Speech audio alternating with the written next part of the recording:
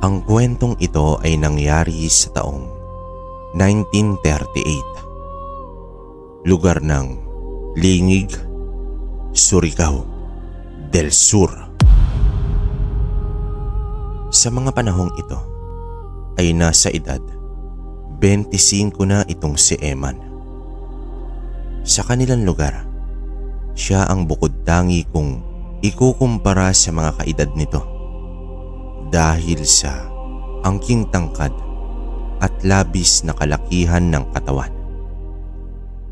Kapag wala itong pang-itaas, masisilayan mo dito ang batak na katawan.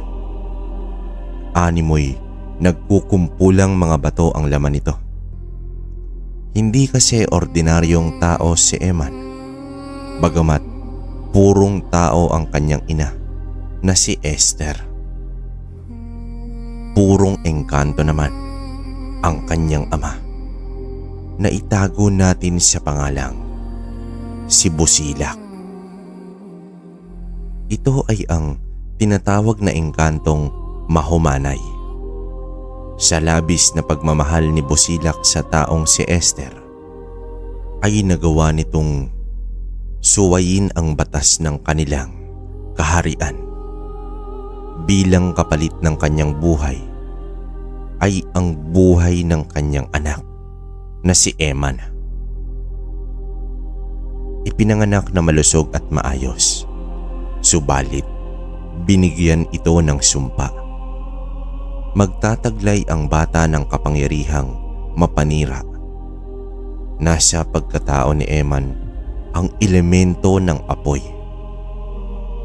Noong bata pa siya at habang lumalaki ay hindi na mabilang ni Esther kung ilang beses silang nagpatayo at nagpalipat-lipat ng bahay.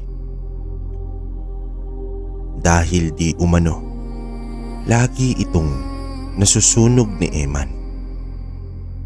Kaya tinagurian siyang Eman Santelmo. Nang umabot na sa wastong edad si Eman, ay inilahad na ng kanyang ina ang totoo nitong pagkatao. Taliwas sa inaasahan ng ina na magiging salot sa lipunan si Eman. Bagkus, lumaki itong mabait at magalang na bata hanggang natutunan na nitong makontrol ang kakayahang taglay. Bago lumisan ang kanyang ama, ay binasbasan niya ito. Kaya nakuha ni Eman ang halos katangian ng isang engkanto. Ilag din sa kanya ang mga masasamang elemento at kahit kapwa engkanto, lalong-lalo na ang mga engkantong dalakit nun. May mga kaibigan rin siyang antingero, manggagamot o kahit mga puting mambabarang. At ang pinakamatalik niyang kaibigan ay si Budoy, isang kababata na may tangan ng pangil ng kidlat. Kaya isipin niyo na lang kung gaano kalakas ang kanilang puwersa kapag nagsama ang dalawa sa labanan. At kung gaano kalaki si Eman, ay kabaliktaran naman si Budoy. Maliit at payat. Kung titingnan mo nga ay isang napaka-ordinaryong tao lamang. Pero sadyang napakalakas at napakabilis nitong si Budoy. Si Budoy lang din ang kaisa-isang tao maliban kay Esther ang nakakaalam sa tunay na pagkatao ni Eman. Nagmamay-ari ng palayan sina Eman, kaya ginugol niya dito ang buhay para palaguin at pangangalagaan ang kanilang hanap buhay. Kasangga niya rito si Budoy, kung saan bago magtakip silim ay naghahabulan pa rin sila dito. Nakagawian na nila simula pa noong mga bata pa sila Kahit may kakayahang ganoon si Eman, iilang tao lang din ang nakakaalam tungkol sa kakayahan nito sa apoy. Karamihan ay ang mga matatanda na sa kanilang lugar. Hanggat makakaya ay tinitiis lang ni Eman ang mga taong walang magawa, kundi mamerwisyo ng iba. Minsan, habang pinaglalaroan nila ang sako na may lamang mga butil ng palay sa pamamagitan ng pagpapasa-pasa rito, ay dumaan ang iilang mga binata na masama ang tingin sa kanila. Sanay na rin naman sila sa mga pang-aasar ng mga ito, kaya hinayaan na lamang nila. Tumigil ang mga binata at nagwika ito sa kanila ng, "Tingnan ninyo ang mga tukmol, kung makaasta, parang mga batang paslit. Nakakaiya." Pwe, wika ni Lando, at sabay nagtawanan ang mga kasama. Umupo pa ang mga ito sa pilapil upang inisinlang ang dalawang magkaibigan.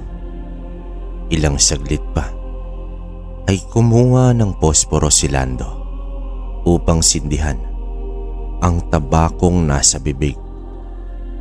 Akmang sisindihan na ni Lando ang dulo ng tabako, ay biglang nagliyab ang apoy sa posporo. At doon, nasilaban pati ang buhok ni Lando. Nagmadaling tumakbo si Lando upang maghanap ng tubig. Ngunit wala siyang ibang makita kundi ang tunaan ng kalabaw. Agad tumalon si Lando dito at doon isinubsob ang ulo sa maputik at amoy dumi at ihi ng kalabaw na tunaan.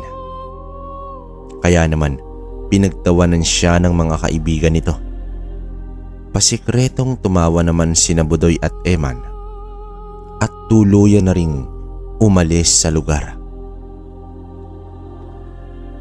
Habang naglalakad pa uwi, ay napag-usapan nila ang darating na mahal na araw. Ayon kay Budoy, balak niyang kukunin ang mutya ng kampana.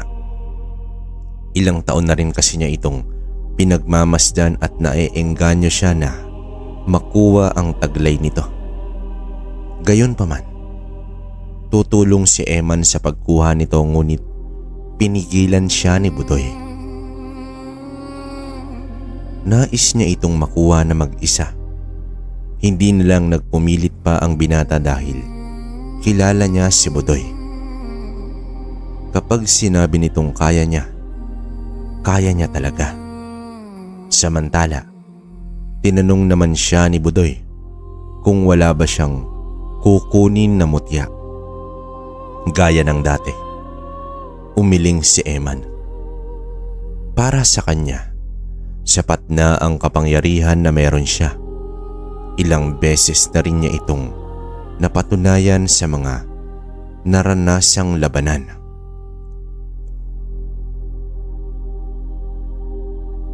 Makalipas ang ilang araw, ay masaya si Eman para sa kaibigang si Budoy dahil nakuha na rin niya sa wakas ang mutya ng kampana.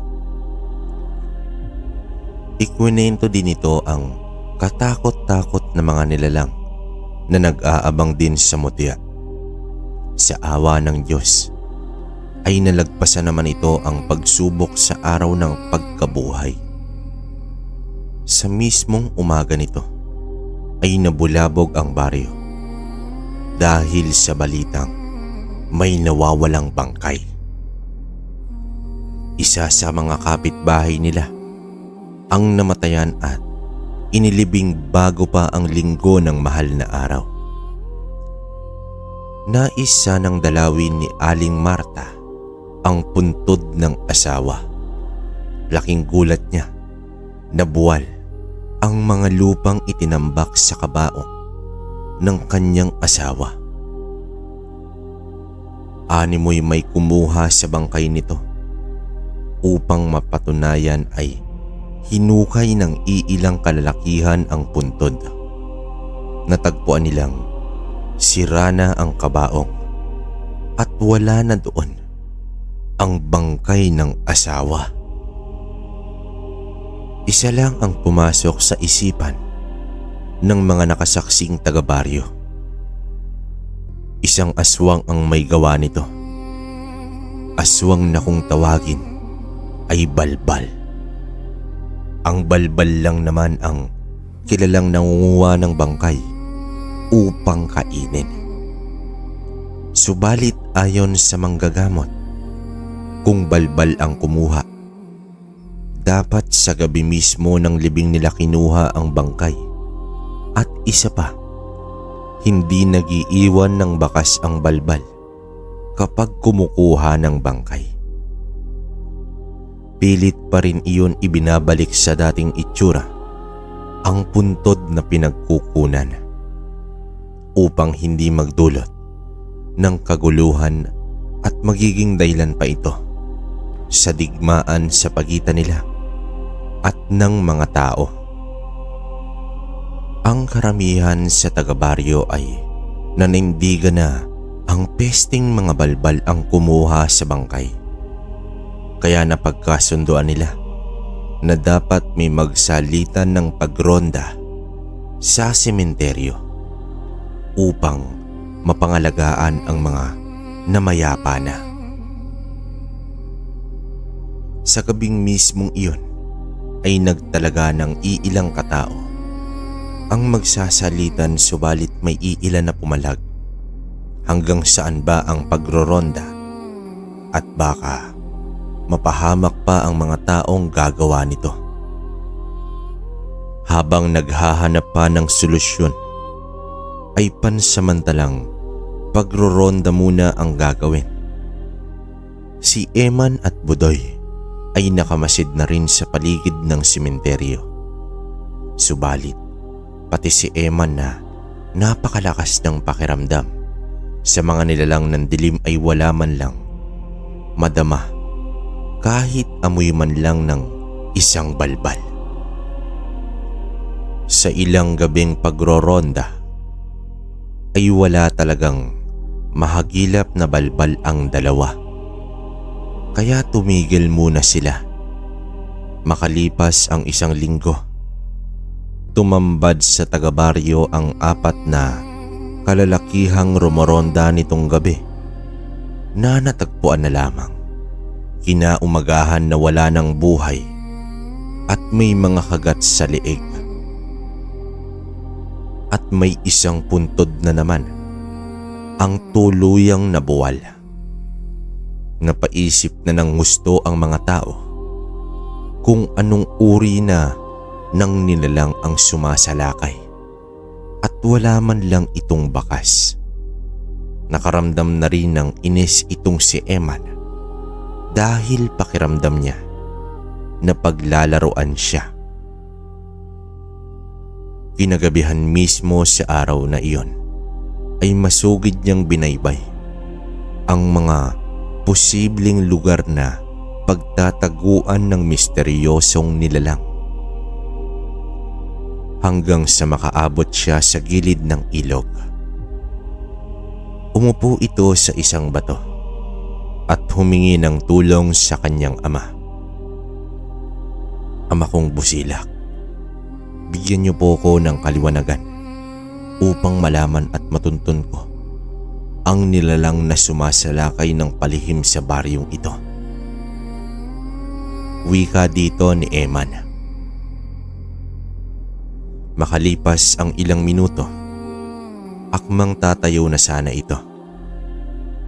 May nasipat siyang umiilaw sa ilalim ng ilog. Marahan itong umangat hanggang sa nanlaki ang kanyang mga mata dahil isang maliit na bolang apoy ang umahon mula sa tubig. Alam ni Eman na ito ay isang santelmo. Dali niyang hinubad ang damit upang ipangbalot sa santelmo. Marahan siyang lumusong sa tubig at nang sapat na ang distansya ay agad siyang tumalon at tuluyang hinuli ang bolang apoy. Napalubog na naman siya sa ilalim ng tubig, ngunit nananatili pa rin ang ilaw ng San Telmo. May narinig siyang mga usal habang nakalubog sa tubig, kaya agad inilibot ang tingin sa pag-aakalang may ibang nilalang sa ilalim ng tubig.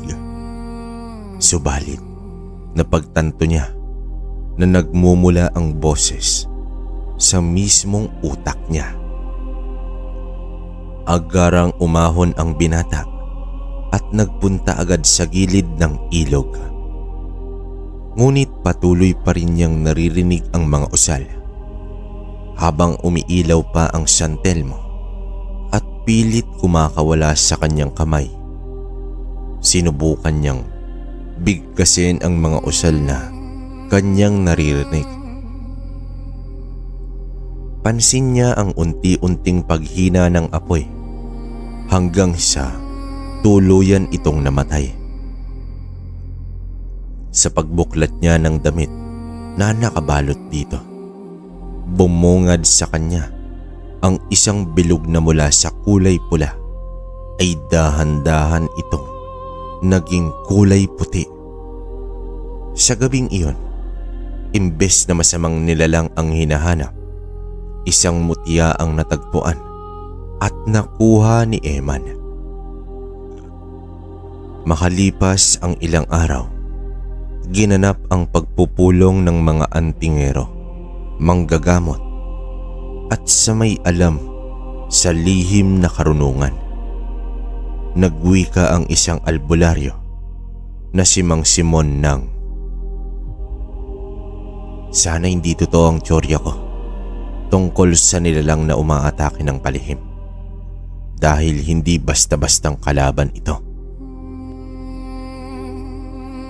Ayon pa sa albularyo, isang maranhig ang pinagdududahan niya.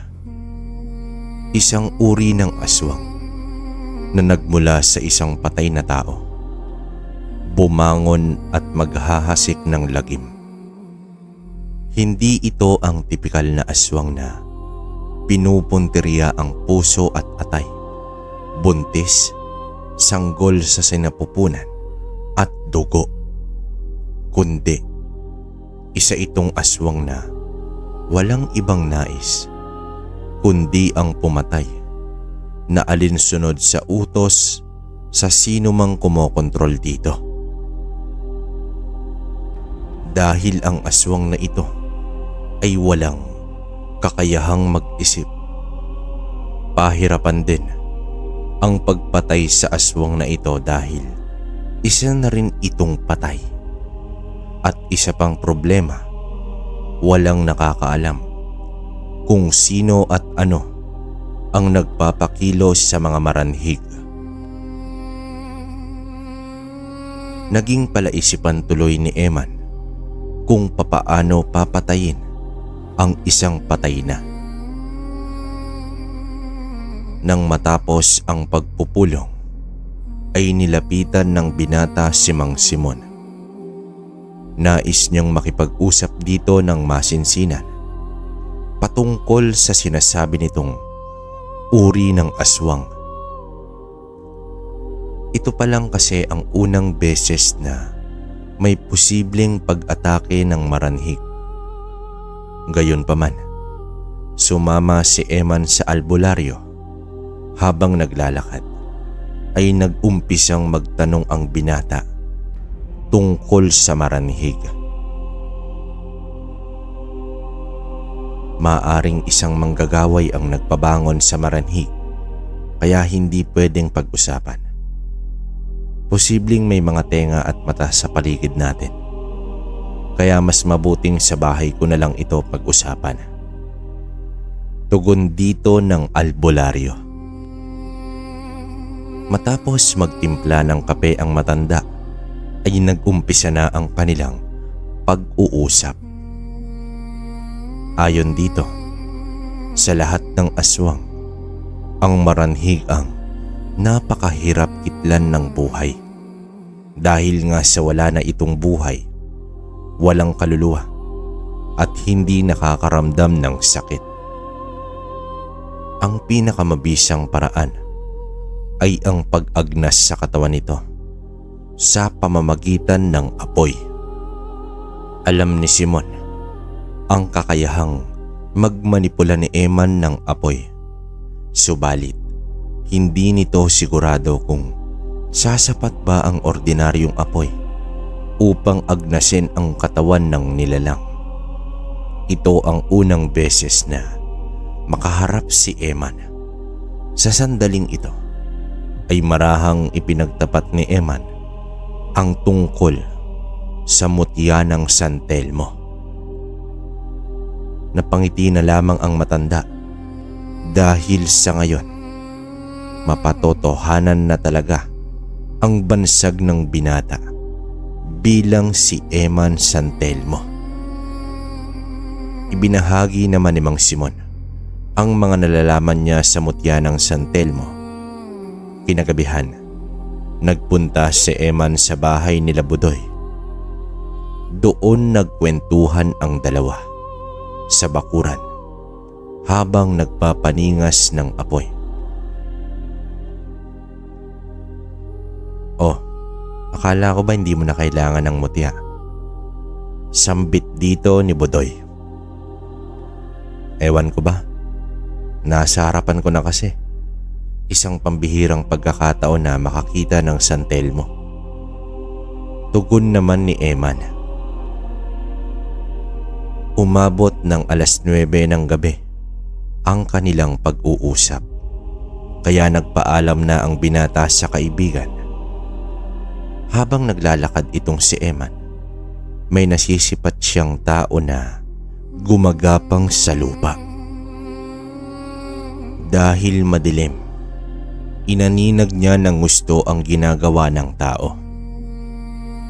Patuloy lamang ito sa paggapang hanggang sa napagtanto ni Eman na kalahating katawan lang ng tao na gumagapang. Mula ulo hanggang dibdib lang pala ang katawan. Nagmasid siya sa paligid upang masiguro kung nag-iisa lamang ba ang nilalang na iyon. At nang masiguro na niya, ay patakbong nilapitan niya ang nilalang at humarap siya dito. Pagkakita ng nilalang sa kanya, ay agad itong umangil at pilit na inaabot ng nilalang ang binata. Agad dinaga nito ang gumagapang na nilalang. Kahit putol na ang isang kamay, ay sige pa rin ito sa pag-atake kay Eman. Nasa isip ng binata, ito na marahil ang aswang na maranhig. Gamit ang kapangyarihan mula sa sumpa ng mga engkanto, sinilaban ni Eman ang maranhig, ngunit kahit natutupok na ito ng apoy, ay sige pa rin sa pagsugod ang nilalang. Hanggang sa hinawakan ni Eman ang ulo at pilit na iniwalay ito sa katawan. Patuloy pa rin sa pag-angil ito, kaya ibinagsak niya ang nag-aapoy na ulo ng maranhig at inapakan hanggang sa nagkadurug-durug ito.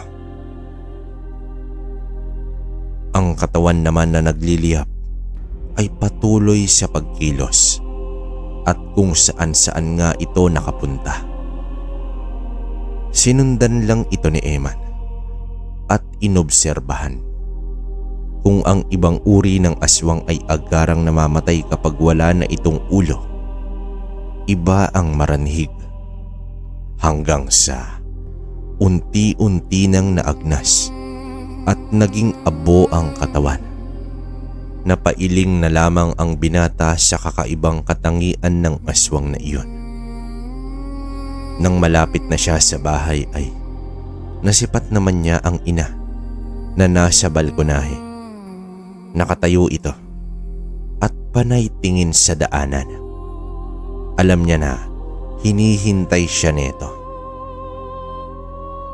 Naku naman, itong batang ito, saan ka ba nagpupunta? Maghahating gabi na. Sambulat ni Esther. Di ba sabi ko sa'yo na huwag niyo na akong hintayin? Dapat natutulog na kayo sa mga oras na ito. Wika ni Eman na may halong paglalambing. Anak, kahit alam kong hindi ka katulad ng iba, syempre nag-aalala pa rin ako. Baka mapaano ka na lalo pat may gumagalang nilalang. Sambit ng kanyang ina.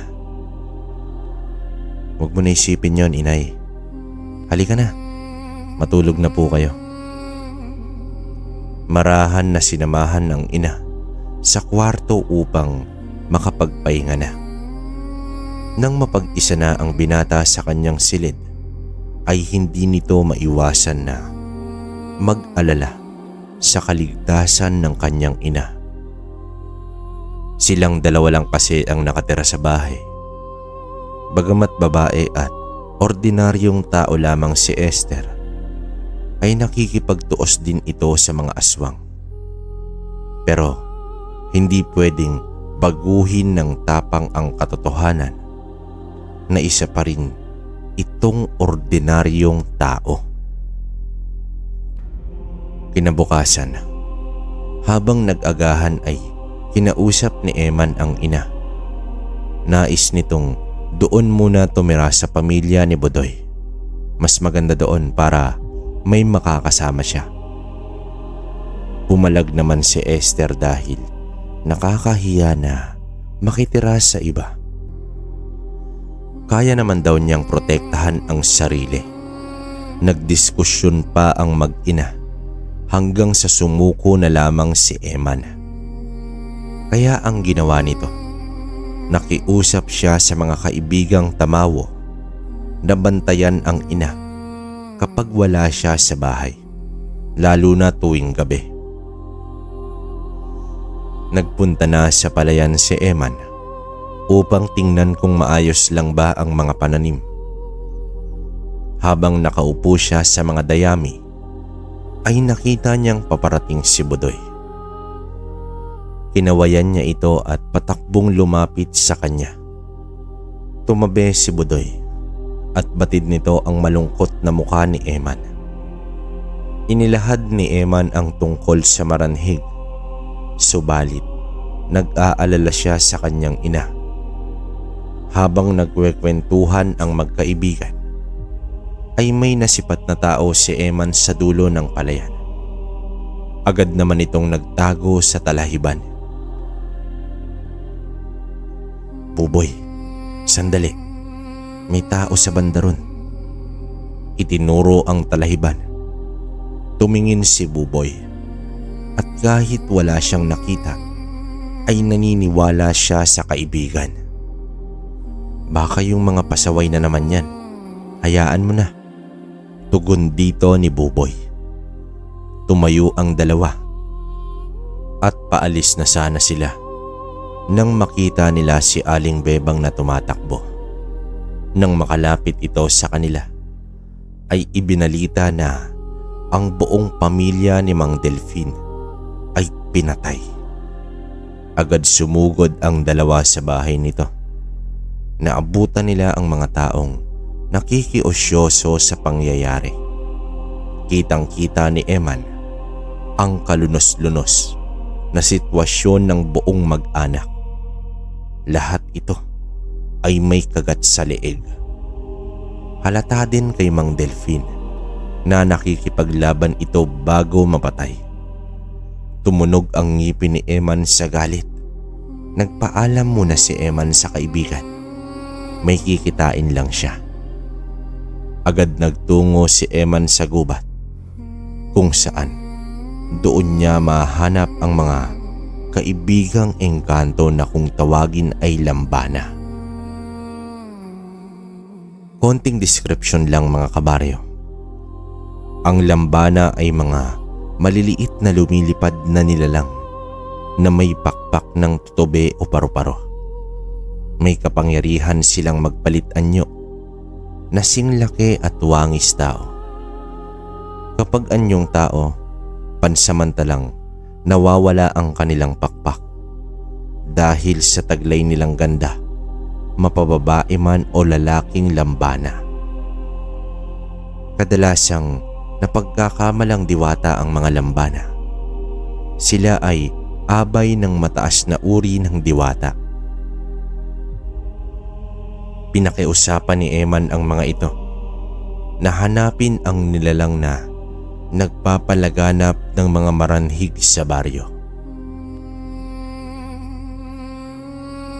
Makalipas ang ilang araw, habang nasa likod bahay si Eman, nagbubungkal ng lupa para sa mga pananim, ay nilapitan siya ng isa sa mga lambana. Ayon dito, isang makapangyarihang manggagaway ang gumagawa ng ritual upang buhayin ang mga bangkay at tuluyang gawing maranhig. Ang pagkakakilanlan sa manggagaway na ito ay isang lalaki na may malaking pilat sa mukha. At matatagpuan mo ito sa parte ng kanluran. Hindi na nag-atubili si Eman at pinuntahan na agad ang kaibigang si Budoy. Pinaghandaan nila ang pagtungo sa kanluran upang kaharapin ang nasabing makapangyarihang manggagaway. Paniguradong nababalot ng maitim na salamangka ang paligid, kaya dapat mag-ingat sila ng maigi. Inabisuhan din niya ang kaibigan na huwag magpakampante sa nilalang na kanilang kakaharapin. Bitbit ni Budoy ang kanyang sundang habang si Emma naman ay tanging tapang sa sarili at determinasyon na matalo ang manggagaway upang matigil na ang mga pananalasa ng mga maranhig. Sa kanilang paglalakbay, patungong kanluran ay nasisipat naman ni Eman ang lalaki na nakita niya doon sa palayan. Teka, Budoy, sandali. Para yatang hindi tayo umuusad. Pakiwari ni Eman. Nako, pinaglalaroan tayo. Ano yan? Mga engkanto ba o maligno? Tugon dito ni Budoy. Paniguradong hindi ito kagagawan ng mga engkanto. Wika ni Eman. Hanggang sa isang banda ay nagpakita ang isang matandang lalaki na may pilat sa mukha. Ito na ang sinasabi ng kaibigang lambana ni Eman. Kaya naman, naghanda agad ang dalawa. Inangat ng matandang manggagaway ang kanyang tungkod. Partida. Hapon pa lang at tirik na tirik pa ang araw ay kayang-kaya ng matanda na tawagin ang mga maranhig upang atakihin sila. Laking gulat naman ni Budoy dahil sa hindi niya inaasahan ang mga itsura ng mga aswang na ito. Isang pulutong ng mga maranhig ang sumugod sa kanila. Pinagtataga ni Budoy at pinagsasampak naman ni Eman ang mga kalaban. Subalit tila yata hindi nauubos ang bilang ng mga maranhig. Hindi nila napansin na nawala na pala ang manggagaway sa lugar. Tumakas na pala ito. Patuloy pa rin sa pakikipaglaban ang dalawang magkaibigan. Bilang pangwakas ay sinilaban ni Eman ang mga putol-putol na katawan ng mga maranhig. Sa pagbalik nila sa baryo ay agad inabisuhan ni Eman ang mga tao. Magsipaghanda sila sa darating na pag-atake ng mga maranhig. Dahil sa pagtakas ng manggagaway ay tiyak babalik iyon upang gumante. Kaya naman, pinilit na talaga ni Eman na doon na muna tumira ang ina sa bahay ng kaibigan na si Budoy. Subalit, nagmamatigas pa rin talaga si Aling Esther dahil ayaw niyang iwan ang bahay at nahihiya rin siya na makatira sa iba. Anak, Eman, huwag ka nang mag-alala sa akin. Kaya kong sarili ko. Ayos lang ako dito, anak. Uwi ka ng kanyang ina. Wala nang nagawa pa si Eman, kundi hayaan na lang ang ina sa nais nito. Nagdagdag na rin siya ng proteksyon sa bahay at nakiusap sa mga kaibigang tamawo na damihan pa ang kanilang bilang para maproteksyonan ang kanyang ina. Hanggang isang umaga, may nabalitaan na naman sila na isang pamilya na naman ang inubos ng mga maranhig. At pagsapit mismo ng gabi na araw na iyon, ay nabulabog sila dahil sa pag-atake ng napakamaraming maranhig sa isang bahagi ng baryo. Agad din na sumugod sina Budoy at Eman upang tulungan ang mga kasamahang antingero na nakikipaglaban sa mga nilalang na paulit-ulit na bubuhay. Doon ipinamalas ni Eman ang kanyang kakayahan sa pagmamanipula ng apoy. Halos umabot din ng 4 na oras ang kanilang pakikipaglaban sa mga maranhig na paulit-ulit bumabangon at nakikipaglaban muli. Nang matapos ang labanan, ay lumapit ang isang lambana kay Eman na may napakalungkot na itsura. Tinanong niya ang kaibigang lambana kung ano ang nangyari, ngunit itinuro lang nito ang daan patungo sa kanyang bahay.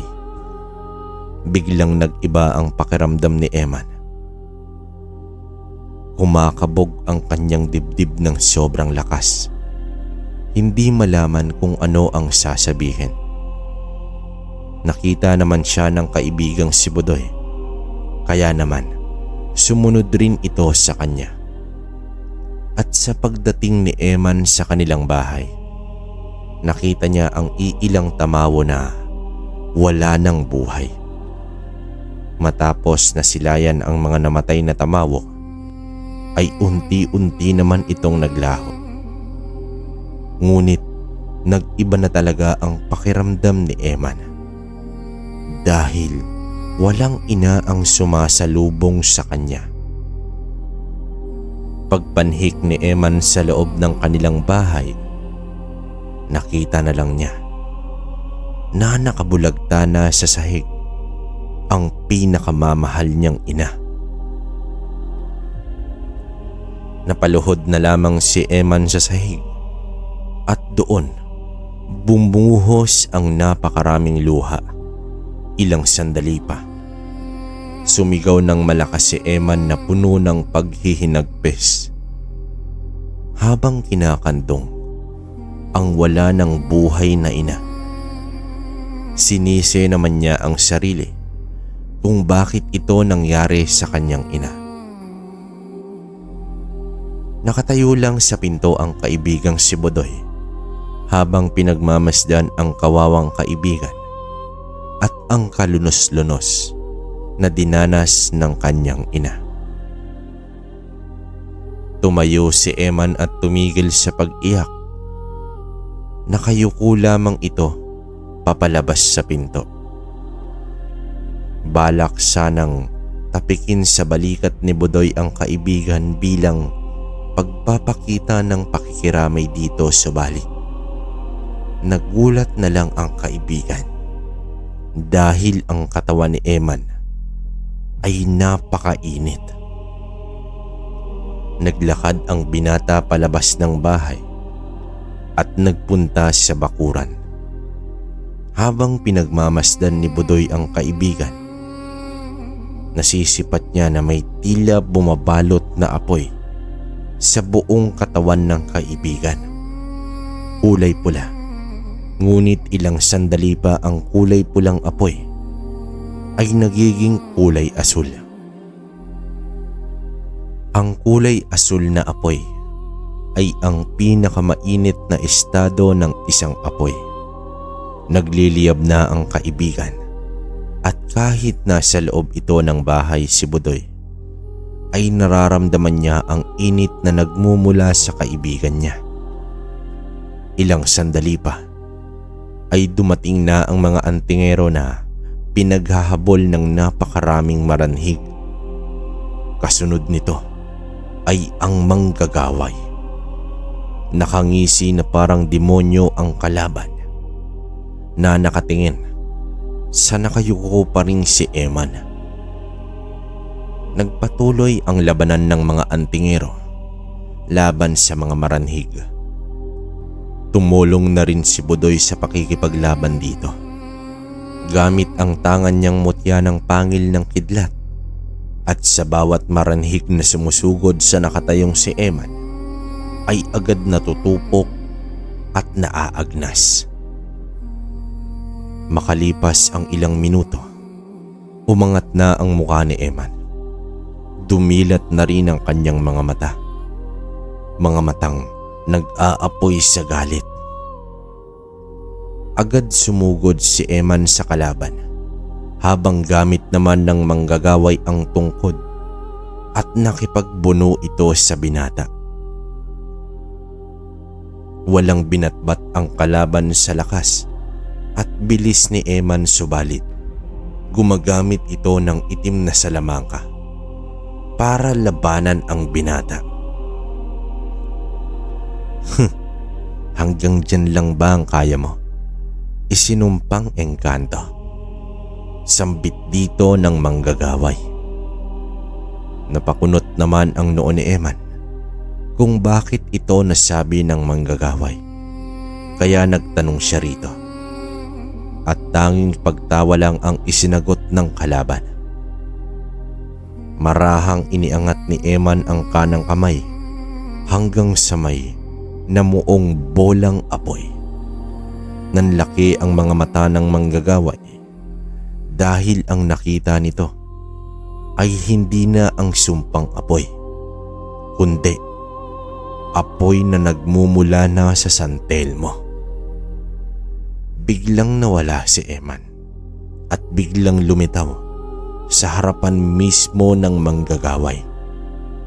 Agad ding itinarak ni Eman ang bolang apoy sa dibdib ng kalaban. Labis itong napasigaw. Nabali ang tungkod at tuluyang tinupok ng apoy.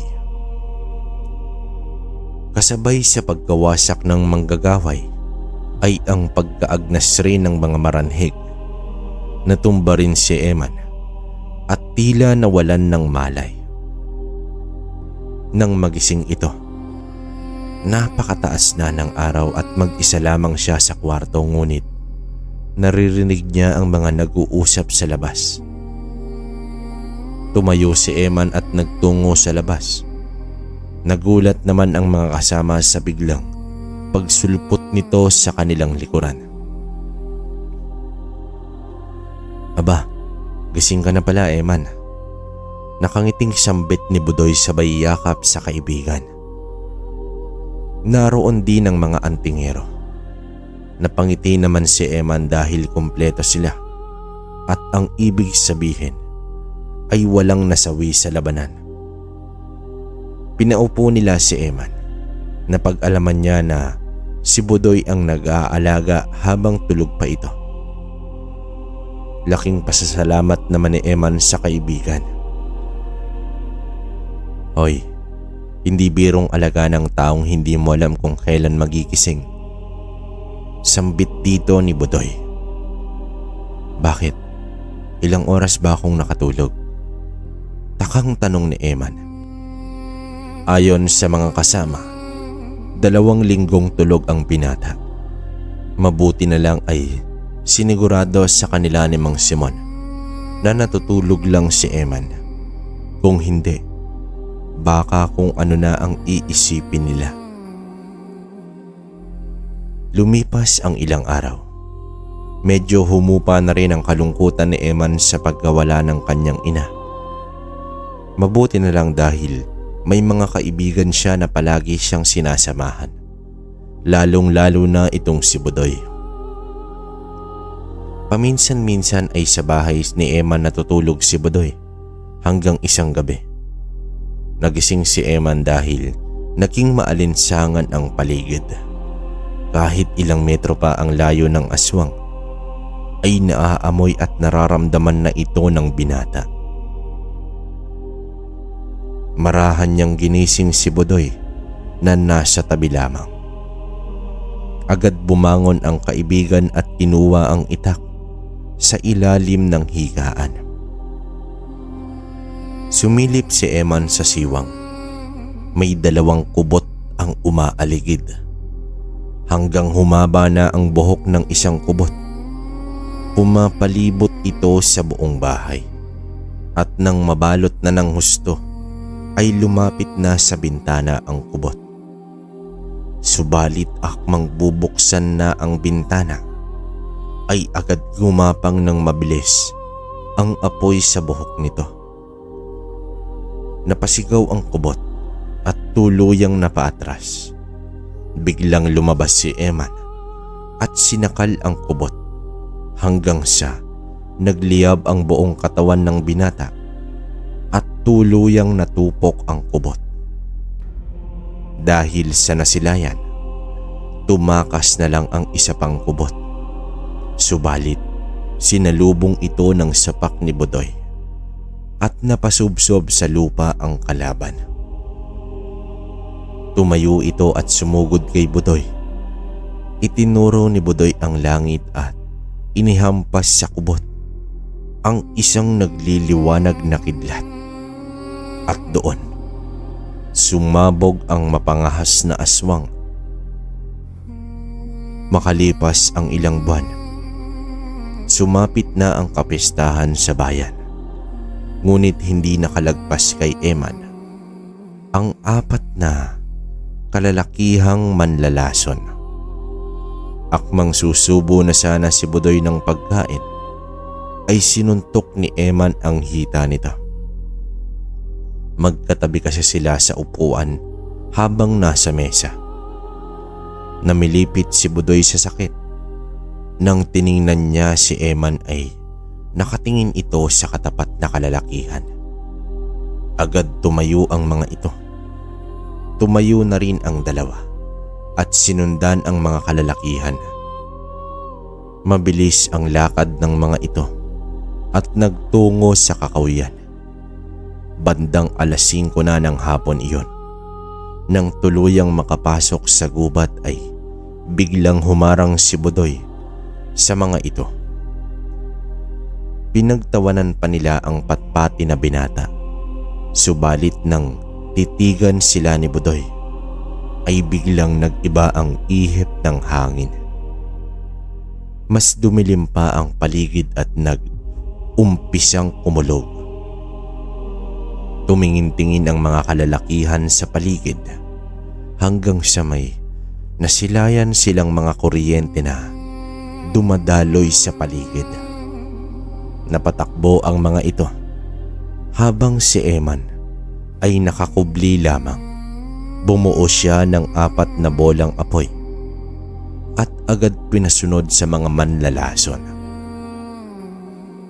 Inakala ng mga ito na San Telmo ang humahabol sa kanila kaya nagpulasan ang mga ito sa iba't ibang direksyon at tuluyang nagsisisigaw. Wala namang tigil sa kakatawa ang magkaibigan sa ginawa nila sa mga ito. Nababagay lang yon sa mga demonyong katulad nila. Sambit dito ni Eman. Simula noon ay naging tagatugis na silang 2 sa masasamang nilalang, mapatao man ito o kahit aswang pa. Subalit, may mga panaginip si Eman na laging nagpapakita ang kakaibang syudad. Napakaganda nito at napakaliwanag. Sa kanyang pagpapatuloy sa paglalakad ay nasipat niya ang isang babae na napakapamilyar sa kanya. Nakaupo ito sa isang trono at may katabing lalaki, ngunit hindi niya masilayan ang pagmumukha nito hanggang sa lumingon sa kanya ang babae at ngumiti.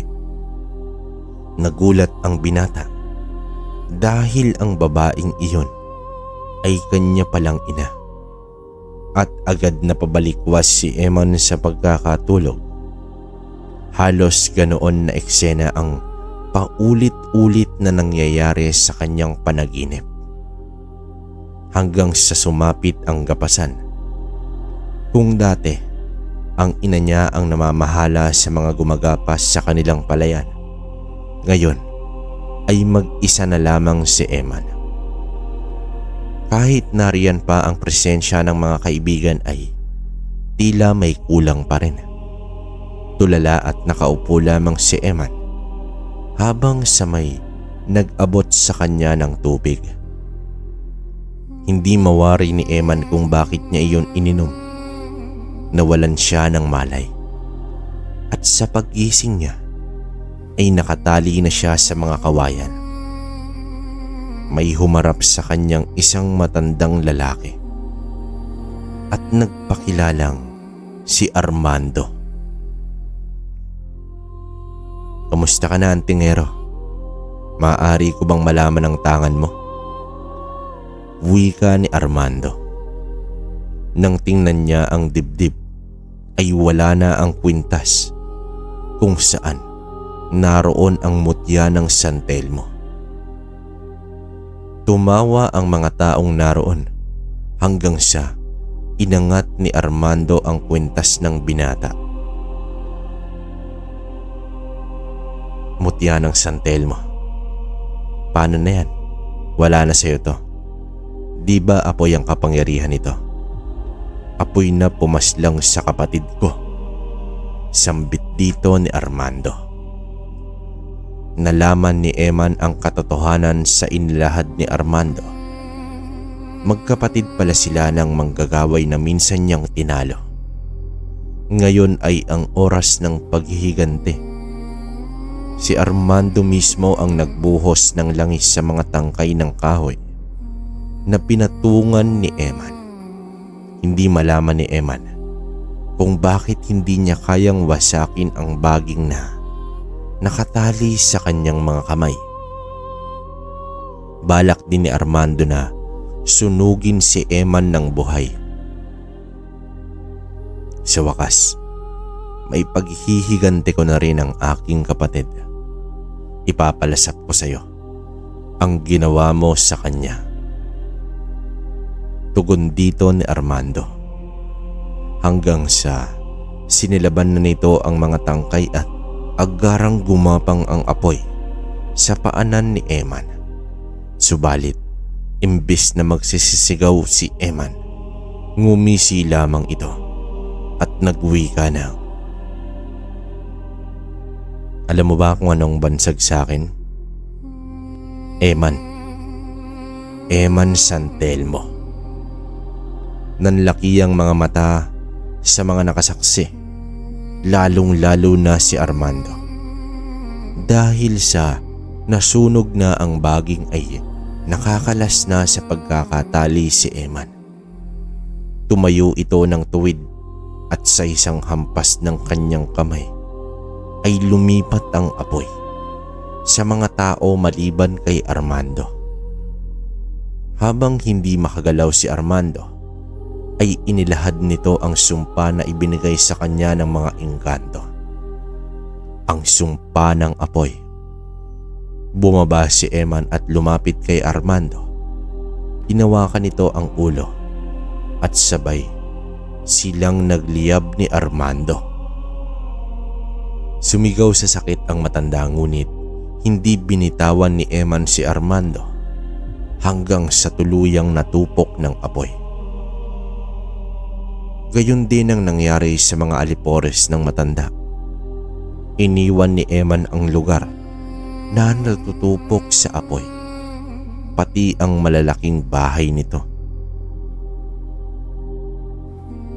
Ang kwentong ito ay nagpapakita na ang pagmamahalan ay wala talaga sa uri o lahi ng isang tao.